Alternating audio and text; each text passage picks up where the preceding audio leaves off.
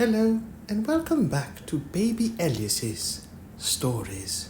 We now return to The Wonderful Wizard of Oz by L. Frank Baum. Chapter 16. The Magic Art of the Great Humbug. Next morning, the Scarecrow said to his friends, "Congratulate me! I am going to Oz to get my brains at last. When I return, I shall be as other men are." "I have always liked you as you were," said Dorothy simply.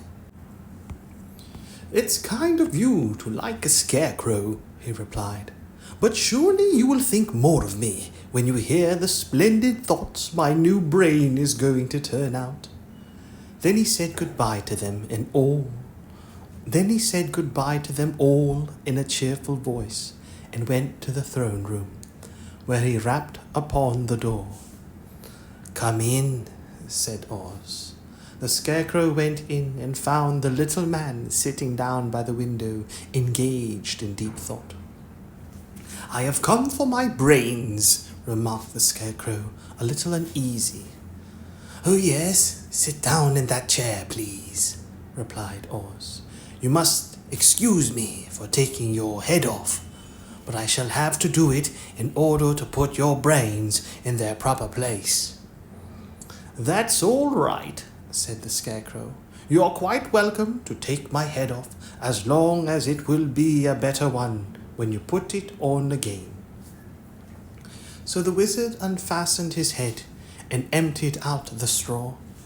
Then he entered the back room and took up a measure of bran, which he mixed with a great many pins and needles.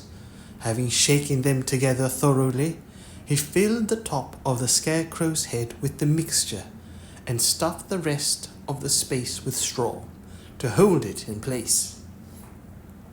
When he had fastened the Scarecrow's head on his body again, he said to himself, "Hereafter you will be a great man, for I have given you a lot of brand new brains." The Scarecrow was both pleased and proud at the fulfillment of his greatest wish, and having thanked Oz warmly, he went back to his friends. Dorothy looked at him curiously. His head was quite bulged out at the top with brains. "How do you feel?" she asked. "I feel wise indeed," he answered earnestly. "When I get used to my brains, I shall know everything." "Why are those needles and pins sticking out of your head?" asked the Tin Woodman. "That is proof that he is sharp," remarked the Lion. "Well, I must go to Oz and get my heart," said the Woodman. So he walked to the throne room and knocked at the door. "Come in," called Oz, and the Woodman entered and said, "I have come for my heart." "Very well," answered the little man, "but I shall have to cut a hole in your breast so I can put your heart in the right place. I hope it won't hurt you." "Oh no," answered the Woodman. "I shall not feel it at all." So Oz brought a pair of tinsmith's shears and cut a small square hole in the left side of the Tin Woodman's breast. Then, going to a chest of drawers, he took out a pretty heart made entirely of silk and stuffed with sawdust. "Isn't it a beauty?" he asked. "It is indeed," replied the Woodman, who was greatly pleased. "But is it a kind heart?" "Oh, very," answered Oz. He put the heart in the Woodman's breast and then replaced the square of tin, soldering it neatly together where it had been cut.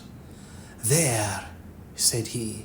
"Now you have a heart that any man might be proud of. I'm sorry I had to put a patch on your breast, but it really couldn't be helped." "Never mind the patch," exclaimed the happy Woodman. "I am very grateful to you and shall never forget your kindness." "Don't speak of it," replied Oz. Then the Tin Woodman went back to his friends, who wished him every joy on account of his good fortune. The Lion now walked to the throne room and knocked at the door. "Come in," said Oz.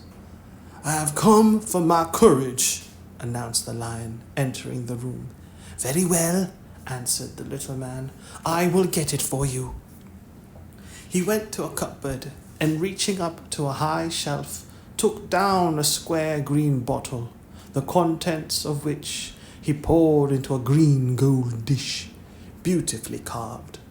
Placing this bowl before the Cowardly Lion, who sniffed at it as if he did not like it, the wizard said, "Drink." "What is it?" asked the Lion. "Well," answered Oz, "if it were inside of you, it would be courage. You know, of course, that courage is always inside one, so that this really cannot be called courage until you have swallowed it. Therefore, I advise you to drink it as soon as possible." The Lion hesitated no longer, but drank till the dish was empty. "How do you feel now?" asked Oz. "Full of courage," replied the Lion, who went joyfully back to his friends to tell them of his good fortune. Oz, left to himself, smiled to think of his success in giving the Scarecrow and the Tin Woodman and the Lion exactly what they thought they wanted.